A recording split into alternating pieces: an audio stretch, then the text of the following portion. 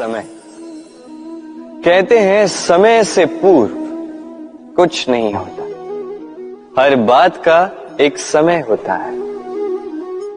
समय से पूर्व न सूर्योदय होता है न सूर्यास्त होता है। समय से पूर्व पौधों में न पुष्प खिलते हैं न फल। किंतु एक बात सोचिए, यदि वर्षा आने से पूर्व किसान भूमि न जोते, वो बीज ही ना पिरोए, तो क्या फसल उगेगी? यदि योद्धा युद्ध से पूर्व अपने शस्त्र ही ना परखे, तो वो युद्ध कैसे लड़ेगा? इसका अर्थ ये है, समय आपका जब आना है तब अवश्य आएगा, किंतु तब तक ये महत्वपूर्ण है कि आप स्वयं को उसके लिए सज्ज रखें, क्योंकि ये अवसर, ये शब्द बोलने में जितना छोटा है, ये आता भी उतने छोटे समय के लिए है और फिर निकल जाता है। अब यदि अवसर आपके हाथ आ जाए और यदि आप उसके लिए सज्ज ही ना हो, तो आपको सफलता कैसे मिलेगी? तो आप उचित समय की प्रतीक्षा कीजिए, उस अवसर की प्रतीक्षा कीजिए, किंतु तब तक निरंतर प्रयासों से स्वयं को और सक्षम बनाते रहिए, क्योंकि सफलता आपकी प्रतीक्षा कर रही है। बस उसके लिए सज्ज रहिए। राधे राधे।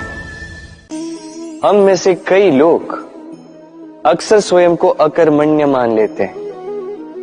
सोचते हैं अब तक इतने प्रयास किए, कुछ नहीं मिला, कदाचित आगे भी कुछ नहीं मिलेगा, और इसीलिए अपने जीवन का सारा बोझ किसी और के कंधे पर डाल देते हैं। स्वयं पर विश्वास ही खो देते हैं। क्यों नहीं समझ पाते ये बात कि जब तक पांव में कांटा नहीं चुभेगा, व्यक्ति को ज्ञात कैसे होगा कि आगे नीचे देखकर चलना होगा। सूर्य को स्वयं जलना पड़ता है ताकि दूसरों को प्रकाश दे सके। रात्रि के अंधकार से लड़ने के लिए चंद्रमा को आकाश में अकेले चलना पड़ता है। नदी अपनी यात्रा कैसे बनाती है, अपना मार्ग कैसे बनाती है? इन चट्टानों से लड़कर बनाती है।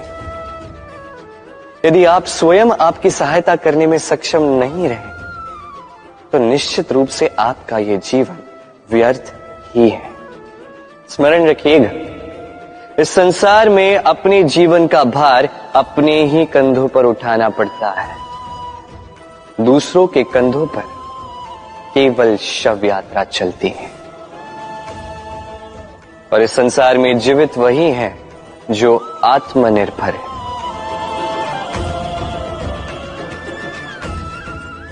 राधे राधे। हम सभी कुछ न कुछ पढ़ चुके हैं, कुछ न कुछ सीख चुके हैं, किंतु ये ज्ञान का केवल प्रारंभ है। हमारी चेतना कहां से जागी, ये जानते हुए भी हम समझ नहीं पाते। तो चलिए आज पुनः एक बार सीखते हैं ज्ञान का ककहरा। व्यंजनों का प्रारंभ होता है क से। क से कबूतर, ये पढ़ते पढ़ते हम शब्द रचना सीखते हैं, उसके पश्चात सब कुछ। किंतु क्या कभी आपने सोचा है कि ये क से ही क्यों प्रारंभ होता है? कोई और व्यंजन क्यों नहीं? क्योंकि ये क दर्शाता है करुणा। करुणा जो सबसे महत्वपूर्ण भाव है।